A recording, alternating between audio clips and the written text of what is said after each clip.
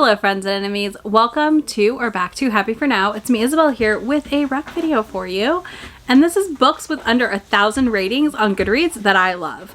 I've done this prompt before. I did under 250 ratings that I love, so now we're gonna do 1,000. Millie is snaking around the floor. Are you a snake? Now I'm doing under 1,000. Who knows? We can come back. I can do other numbers. Give them to me. I will do them. Either way, these are some books that I've loved that I think deserve a little more attention than they get. First up, we have Hairpin Curves by Elia Winters. This is an old original launch with Karina Adores line from Harlequin. This is such a fun second chance romance between friends on a road trip from Florida to the Northeast. They get snowed in together. There's only one bed. We have all the tropes, okay? And it also is just a really fun story to read and watch these two people fall in love. I really liked this. I felt like it kind of handled some of the past traumas of their friendship.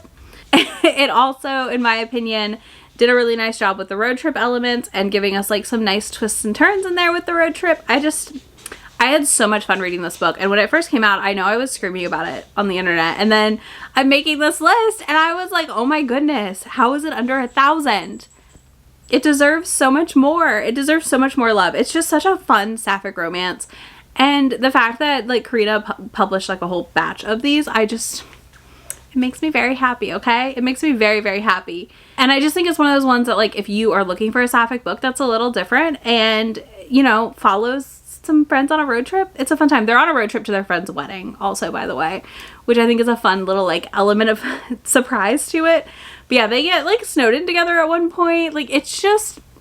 it's so fun. It's also a really quick read, which I really appreciate about a lot of Harlequins and like Karina line books. Like a lot of them are under 8 hours on audio. You know, they're a couple hundred pages. They're not massive tomes. So you just kind of get in, you can sit down, have a fun read, and move on with your day. Next, we have Lush Money by Angelina Lopez. This is one that I feel like is a hate love for a lot of people. So like I understand why it doesn't have a ton of ratings, but I also am surprised it doesn't have more because it is the kind of book that features heavily on tropes that a lot of people really like, which is basically hate to love. I do need to note some people are contentious about their first sexual interaction together as a couple. I was fine with it. I consider it like consent non-consent-y-ish. So this follows our two characters. We have a marriage of convenience to make sure we get pregnant, basically, with a self-made billionaire and an impoverished prince. And it's a nice twist because the woman is our billionaire heroine.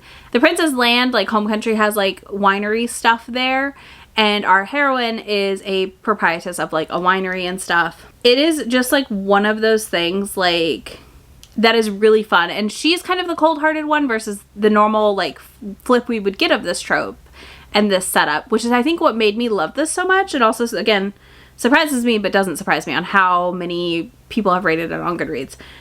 It really does, like, again, put a little twist on the things we normally get out of these books, and I appreciate that about it so much. I think it's such a fun read overall, and I loved, like I said, seeing a trope and situation we've seen before kind of flip-flopped on its head a little, you know? I don't know that I've read a ton of, like, she's the rich one who needs a child, so she's gonna have this guy do it with her, because that was just an absolute blast. But yeah, I highly recommend it if you're down for some dubious consent situations in the beginning.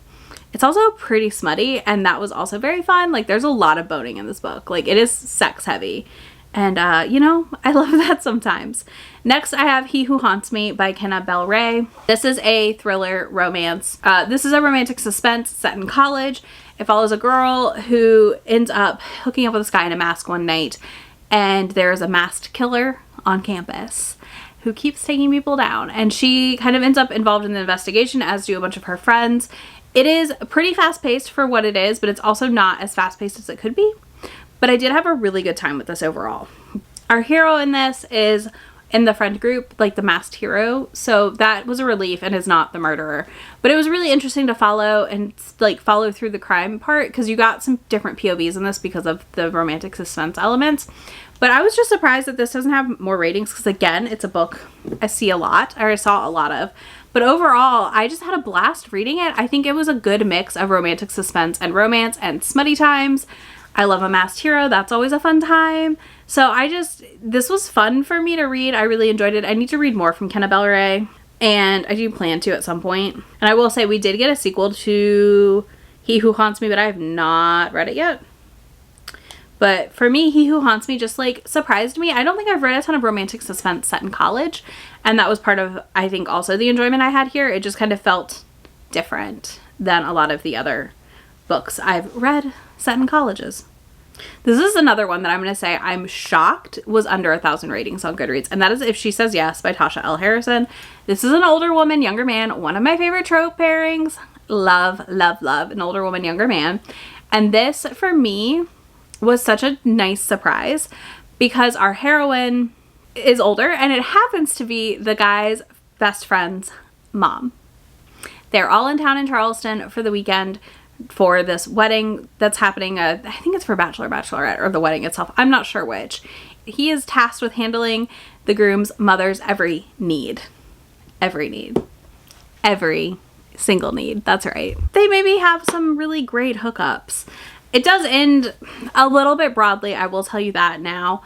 But there is a sequel I have not read yet because it did turn into a duet because people were like begging for another book. But for me, this was like perfection. This is exactly what I wanted out of this trope. Such a good setup, such a good payoff. Like, oh, yes, please. Yes, please. So if you've not picked up If She Says Yes and you like older woman, younger man, this is the one. This is the one. He's also had a crush on her since like college when he met her. So like they did not know each other before that. So it works really well for me. All right, and then last but not least, we have Drag Me Up by R.M. Virtues. This is another book I was surprised. If you are a fan of Neon Gods from Katie Robert, I really think you should be picking up Drag Me Up by R.M. Virtues because this is such a fun read at the end of the day. Like, it's so fun. This features, similar to Katie Roberts' Neon Gods series, a lot of characters with various backgrounds and representations, including a trans Persephone. And it is such a fun read. Similar vibes to Neon Gods, I would say. You know, we have like an underground gambling thing. We have... So Hades here is living kind of underground, running his casino, is kind of a myth. And Persephone, of course, has clawed her way out of Demeter's shadow. And she is now the lead in a production at the casino. So in one of the stage things, it's similar to like a Cirque du Soleil situation. But yeah, she meets Hades, obviously, and it's a man she didn't even know really existed, thought was a myth, and we follow their relationship. It is so good. There's so much representation in this book that it is just like really refreshing in a way that it's integrated so naturally. This isn't like, you don't feel like it's just stuck there to be there. Like, it feels powerfully placed at the end of the day. But I really enjoyed this. I think this is such a fun addition to our Hades Persephone world building we've had going across publishing right now.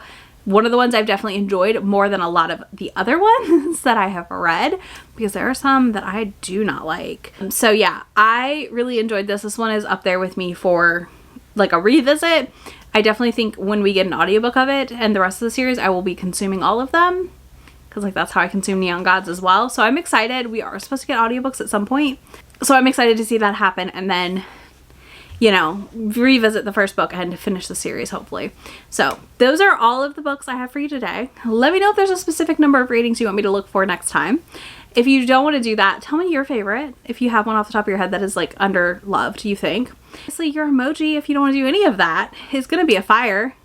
Let's go with fire today. So you can leave me a fire emoji in the comments, and I will have links to all these books for you down below, links to my friend anywhere on the internet. And I will talk to y'all in just a few days. Bye. Already packing, come with me.